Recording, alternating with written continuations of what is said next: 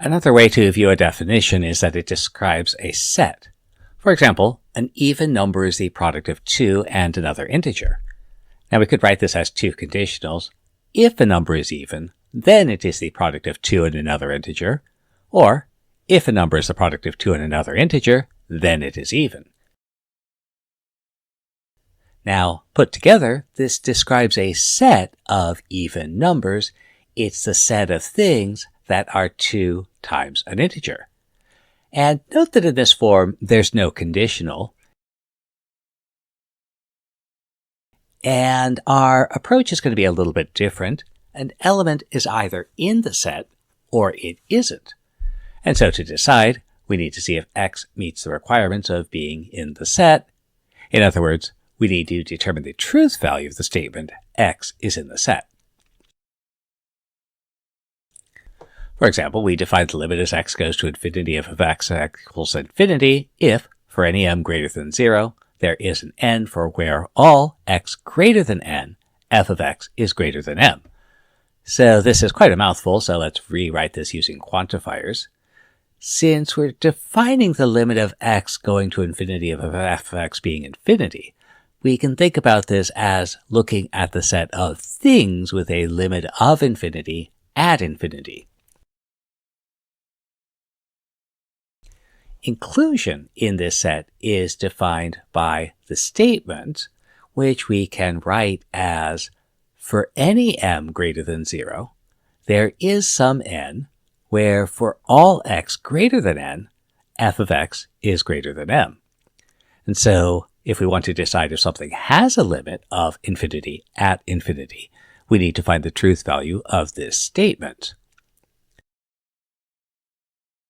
One advantage to this approach is that it makes it easier to find when something does not meet a definition. Rather than finding the contrapositive, which requires negating two statements, we can negate the defining property of the set. So again, we'll take our definition again, and under what conditions will the limit not be infinity? So again, the set of objects with the limit of infinity as x goes to infinity include all things meeting our set requirement. So the limit is not infinity if the negation is true. And we can shift the negation by changing the quantifiers. So we'll move that negation once, twice, 3 times.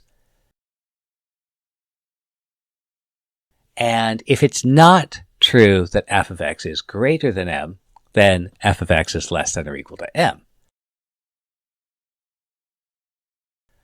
And so we can read this as follows. We could prove the limit isn't infinity if we could find an m, since some m exists, where for any n, there is some x greater than n, where f of x is less than or equal to m. For now, we won't worry about how to find the values we're looking for. The logic gives us the roadmap. Or we could take a different case. We can say that the limit is 0 if for any epsilon greater than 0, there's a delta greater than 0, where the absolute value is less than epsilon whenever the difference is less than delta. And let's rewrite this using quantifiers, then determine what we would need to show to prove the limit is not 0. So again, we could think about forming the set of things with a limit of 0. And these will be those that meet the property. For any epsilon greater than 0, there is a delta greater than 0, where if absolute x minus a is less than delta, then absolute f of a is less than epsilon. Now, while this is what the definition says, there is an important thing we have to take care of. A is part of the problem, the limit as x approaches a. But x is a variable that we're introducing, and an important idea is don't introduce a variable without a quantifier. And so this x has to come from somewhere, and because this is saying whenever, it's really saying for all x that meet that requirement. So we need to insert another quantifier here. And so The set of things with a limit of 0 will be all those that meet this definition. But if something doesn't have a limit of 0, we're looking at the negation, and we'll shift that negation across the quantifiers.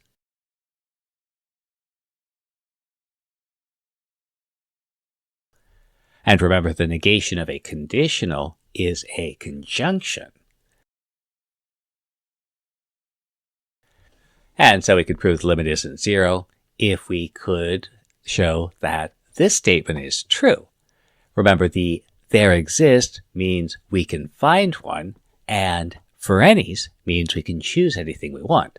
So if we could find an epsilon greater than 0, where for any delta somebody chose, we could find an x where the difference is less than delta, but the absolute value is greater than epsilon.